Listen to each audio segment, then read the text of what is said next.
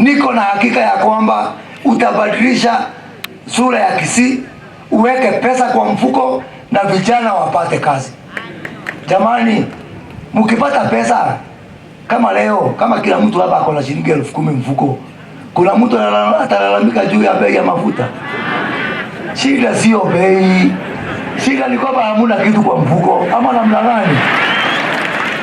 Na ndio mimi natafanya ile nitaweza, hii ya kuweka pesa kwa mfuko, hii ya kupatia mama wetu kazi, hii ya kupatia vijana kazi, hiyo mimi naweza. Hiyo ingine sitaongea. Mimi sio waziri wa mambo ingine, mimi ni waziri ya kuweka pesa kwa mfuko. Kutoka leo hautasikia nikiongea mengine, hiyo ingine mkaulize wale wengine, kwa sababu mimi nawaambia ukweli, alafu mimi nachomeka. Hapana, ama namna gani?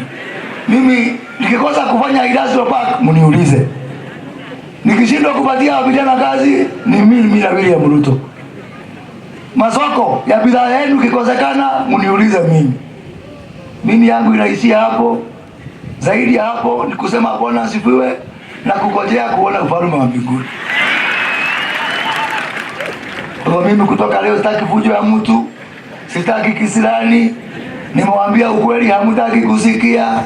Muniachie kazi yangu, nipatie wananchi wa Kenya kazi, niwajengee industrial park kila pahali, niwatafutie soko, nifukuze umaskini, tuweze kumaliza ulevi.